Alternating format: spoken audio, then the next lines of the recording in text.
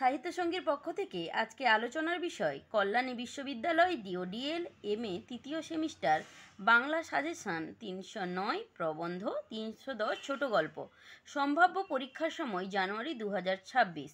এই সাজেশনের ওপর তোমরা যদি নোটস পেতে চাও তাহলে কল এবং হোয়াটসঅ্যাপ এই নাম্বারে করতে পারো 7584051708। পর্যায় 1।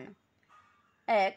রামমোহন রচিত সহমরণ বিষয়ক প্রবর্তক ও নিবর্তকের সংবাদ প্রবন্ধটিতে লেখক যেভাবে নাটকীয় ভঙ্গিতে বিষয়টি উপস্থাপন করেছেন তা বুঝিয়ে দাও।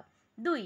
রবীন্দ্রনাথ রচিত আধুনিক কাব্য প্রবন্ধটির মূল ভাব সংক্ষেপে ব্যাখ্যা করো। পর্যায় 2। 1. সাধু ভাষা বনাম চলিত ভাষা প্রবন্ধ অনুসারে প্রাবন্ধিক প্রমথ চৌধুরীর লিখনশৈলী বিচার করো। 2. অন্নদাশঙ্কর রায়ের লেখা জীবনশিল্পী রবীন্দ্রনাথ প্রবন্ধে মূলভাব বুঝিয়ে দাও। আবারও বলছি, যদি এই সাজেশনের ওপরে তোমাদের নোটসের প্রয়োজন হয় তাহলে এই নাম্বারে কল এবং হোয়াটসঅ্যাপ দুটোই করতে পারো। পর্যায় 3। 1.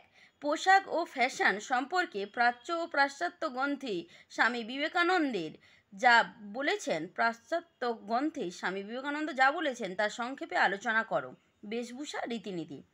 প্রাচ্য ও পাশ্চাত্য গ্রন্থ অবলম্বনে স্বামী বিবেকানন্দের গদ্য ভাষার বিশেষত্ব বুঝিয়ে দাও। নোটসের জন্য তোমরা এই নম্বরে যোগাযোগ করতে পারো। পর্যায় 4। সংস্কৃতি বলতে কি বোঝো? এই প্রসঙ্গে 3টি অঙ্গের পরিচয় দাও।